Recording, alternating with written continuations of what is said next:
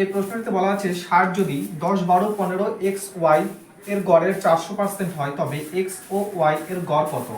অর্থাৎ 60 হচ্ছে গড়, তাও 400% হিসেবে, কিন্তু আমি 60 এর 100%টা বের করে নিই।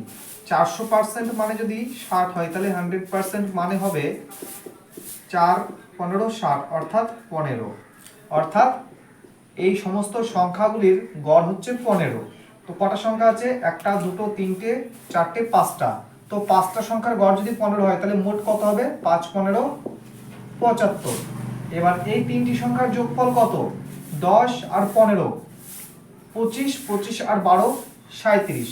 অর্থাৎ 75-এর মধ্যে তিনটি সংখ্যা হচ্ছে 37, তাহলে বাকি সংখ্যাগুলি কত? 7 কত হলে 15, 8-এ 15, 8-এ হাতে 1, 3 আর 1-এ 4, 4 কত হলে 7, 4 3-এ 7।